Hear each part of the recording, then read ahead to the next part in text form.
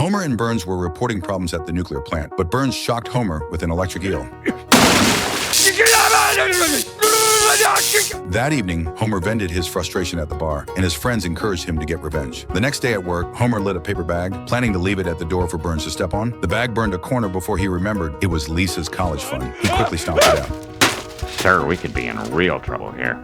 At that moment, Homer overheard a conversation between Burns and Smithers. Burns had buried nuclear waste under the Lego park. Smithers worried the government would find out, but Burns remained calm. Pollution doesn't show up immediately. Unfortunately, things were worse than Burns expected. The Lego bricks had mutated from radiation. Burns, however, leveraged connections to have a canary registered as the company's legal owner. Homer devised a plan to seize control. Late at night, he sneaked into the company with Bart and released the canary. The next day, Burns realized the scapegoat bird was gone. Homer ran in with news that the Nuclear Regulatory Commission was arriving for an inspection. With no scapegoat to blame, Burns panicked. Homer stepped forward and Burns declared Homer the actual owner of the company, making him responsible for everything. Homer received the transfer contract, fired Burns, and even tossed him off the rooftop. Under Homer's management, the company thrived, but he was so busy he barely had time to eat at home, and he didn't even have energy to spend time with Marge. He struggled to balance work and family life. Then Burns returned from vacation. Homer complained about the challenges of running the company and how he had become distant from family and friends. Burns took Homer to a cemetery to visit his deceased love. Burns had been so busy he missed his wedding, honeymoon, and even the divorce proceedings. His love died alone. Homer realized that if he continued prioritizing work above all else, he would lose everyone he cared about.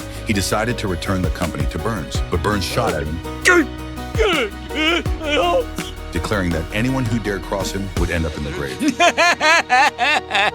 Homer survived. He let go of his obsession with power and went home to be with his family.